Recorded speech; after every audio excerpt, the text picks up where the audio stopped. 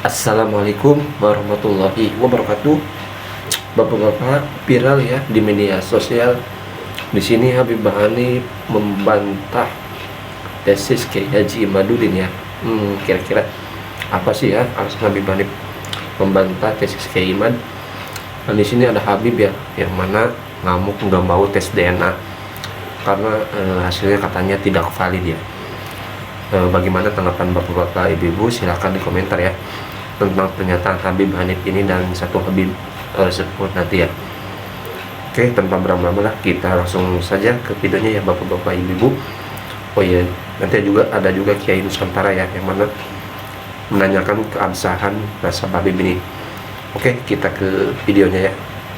Dari mana bermasalah ini, saudara Haji Imad? Kami setidak-tidaknya mengidentifikasi. Setelah kami teliti bersama-sama, kami duduk bersama-sama, kenapa kok orang ini bisa nabrak semua ulama? Kenapa bisa nganggap semua ulama ini salah? Padahal faktanya kalau ditimbang pakai tolak ukur ilmu nasab, dia yang salah. Apa? Setidak-tidaknya kami lihat ada 9 penyimpangan saudara Haji Imaduddin Usman. Poin besarnya, nanti masing-masing poin ini akan ada perinciannya satu persatu. Yang pertama, dia mengkaji ilmu nasab dengan mengabaikan dan menabrak tatanan ilmu nasab. Nah, kemudian yang kedua, menentang, mengabaikan, bahkan merendahkan pengakuan para ulama mu'tabarin terhadap keabsahan nasab Ba'alawi. Yang ketiga, kesesatan logika. Yang keempat, memfitnah para ulama. Yang kelima, khianat ilmiah. Yang keenam, melakukan kebohongan publik. Yang ketujuh, menjiplak pemikiran orientalis dan tokoh-tokoh non aswaja. Yang kedelapan, tidak mempunyai kompetensi dalam ilmu nasab. Dan yang kesembilan, dengan gampangnya membatalkan nasab menggunakan hasil tes DNA. Ibrahim bin Mansur, yang memang kitabnya banyak dijadikan rujukan oleh saudara Imad. Kalau kita baca buku-buku Imad, tulisan-tulisan itu banyak merujuk ke nasab Ibrahim bin Mansur. Apalagi Al-Ifadah, terkait syurah istifadah itu dia banyak merujuk ke kitab tersebut. Jadi sebelum hasil wawancara ini keluar ya, Haji Imad tuh sering mengutip daripada kitab-kitabnya Ibrahim bin Mansur ini. Walaupun setelah hasil wawancaranya keluar ternyata ngakuin Ba'alawi, lain lagi itu ceritanya nanti.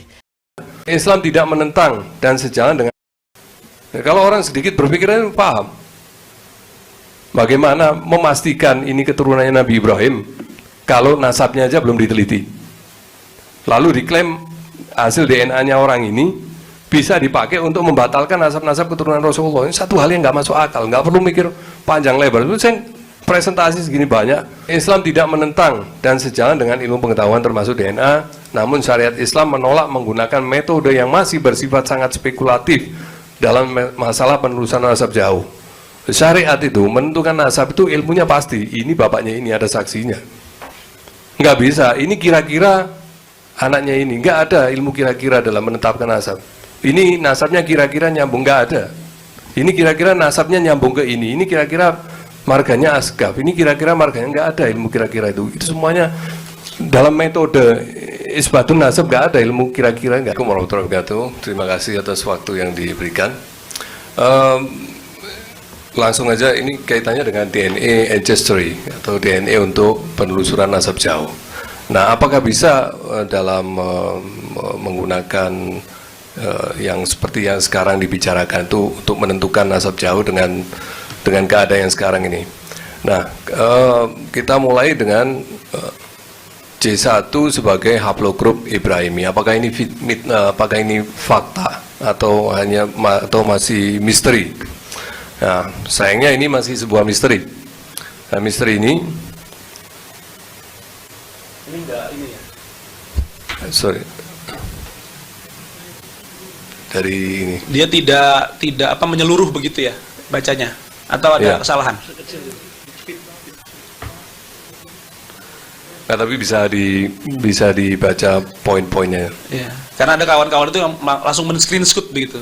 Nah, di sini kan berarti tidak terbaca. Di YouTube full. Baik. YouTube full. Begitu. Baik. Oh, di YouTube full. Oke.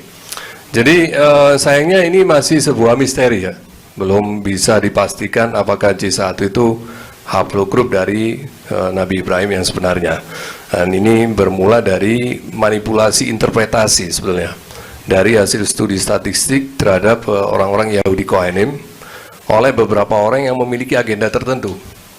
Jadi ada beberapa orang yang memanipulasi hasil uji statistik dari beberapa saintis untuk suatu agenda tertentu, bisa politik dan lain-lain, bisnis juga, untuk laboratorium. Nah, studi statistik diawali oleh Dr. Karel Skorecki yang dipublish di British Science Journal Nature pada tahun 1997 dengan melibatkan 188 sampel ya, dari pria Yahudi Israel, England, dan North America. Sebenarnya saya ingin jelaskan dulu kenapa ada Yahudi Kohanim dan Levi dan Yahudi biasa. Untuk masyarakat Yahudi ini, sebenarnya siapa yang ibunya Yahudi, mereka otomatis Yahudi, kecuali Kohen dan Levi, karena Kohen dan Levi ini menganut sistem patrilineal dan matrilineal, dan mereka punya aturan yang ketat sekali untuk keagamaan, karena mereka mempunyai status dalam keagamaan, sehingga mereka ayahnya harus Kohen. Warahmatullahi wabarakatuh. Yang kami hormati para alim ulama, para asatid, para muhibbin yang semuanya membela nasab Pak Alawi. Pak Alawi nasabnya sudah terkonfirmasi tidak nyambung sampai kepada Rasulullah berdasarkan penelitian, berdasarkan kajian, berdasarkan sejarah, filologi, apalagi tes DNA. Namun para kiai, para muhibbin di Indonesia ini banyak yang masih membela, bahkan menyatakan kalau nasab Pak Alawi itu adalah sahih, dan sahihnya katanya berdasarkan ijma ulama ahli sunnah wal jamaah. Apalagi Abuya Qurtubi yang dengan muka merah padam, marah-marah, menghina-hina, katanya tidak ada ulama ahli sunnah wal jamaah yang membatalkan nasab Pak Alawi. Betul, memang tidak ada ulama ahli sunnah wal jamaah yang membatalkan nasab Pak Alawi, karena memang tidak pernah mengesahkan. Jadi tidak pernah mengesahkan, ya tidak akan pernah membatalkan. Kalau mengakui, ya bisa saja itu mengakui berdasarkan informasi yang diterima dari gurunya atau dari orang lain. Atau bahkan informasi itu didengar langsung dari para habib yang menyatakan bahwa kami ini adalah keturunan Rasulullah.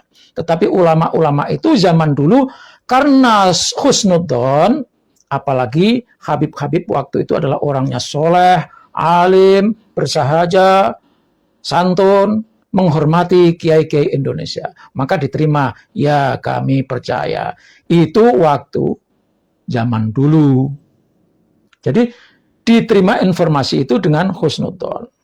Nah, ketika sampean saat ini menyatakan bahwa sahihnya nasab Pak Alawi itu berdasarkan ijma, atau ulama ahli sunnah telah mengisbat kalau nasab Pak Alawi itu adalah sahih, maka izinkan kami Marbot Masjid menanyakan kepada sampean, mana itu bukti ijma'nya?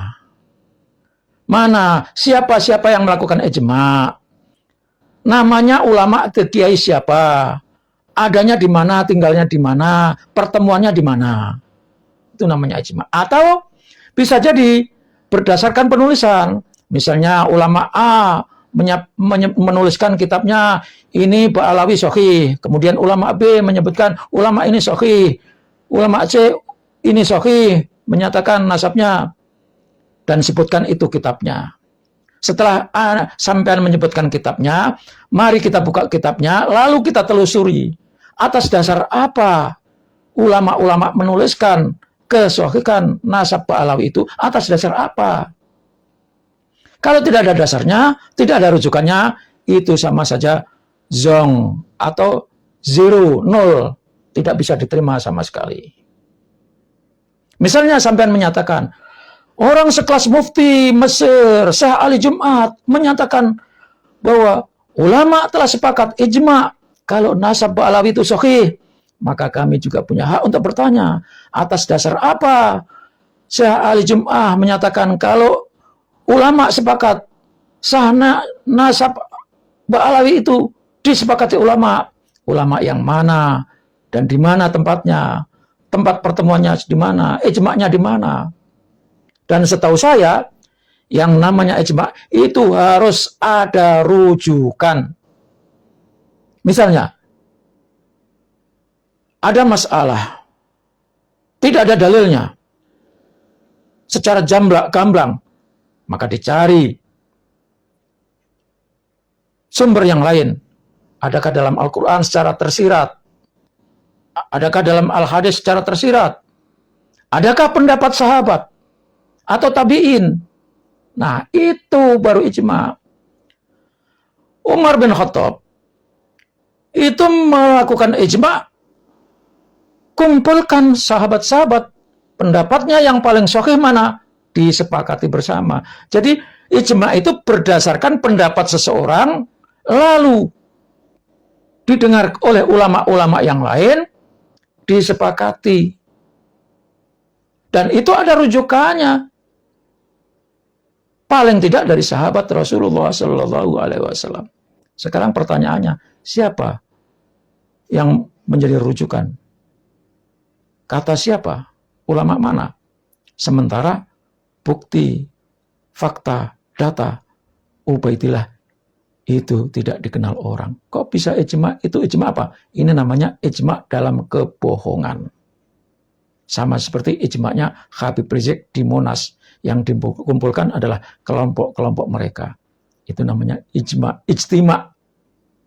Ijtima' yang paling cocok. Jadi kumpul-kumpul, kongko-kongko, lalu memutuskan satu perkara bersama. Itu namanya kesepakatan hanya di kelompok itu saja. Terima kasih, semoga pertanyaan saya ini bisa dijawab oleh kiai-kiai yang selama ini membela nasab Ba'alawi dengan begitu gigihnya. Semoga bisa menemukan dalil dan bisa mengubah keyakinan kami. Asal buktinya valid, kami akan taslim. Wassalamualaikum warahmatullahi wabarakatuh. Oke, Bapak-bapak, Ibu-ibu, itu dia tadi tanggapan dari Habib Hanif Al-Athos yang mana kesesatan yang menurut Habib Hanif Kiai Imad membantah Habib keturunan Nabi Muhammad SAW. Oke, jadi itu yang jadi PR untuk Kiai Imad menjawab 9 pertanyaan itu ya, yang mana Habib Hanif menunjukkan 9 pertanyaan itu untuk dijawab sama Kiai Imad ya. Dan tadi juga ada Habib ya yang menolak untuk dilakukannya tes DNA ya, karena nggak valid ya, intinya dengan jarak yang beribu-ribu tahun ya, beratus-ratus tahun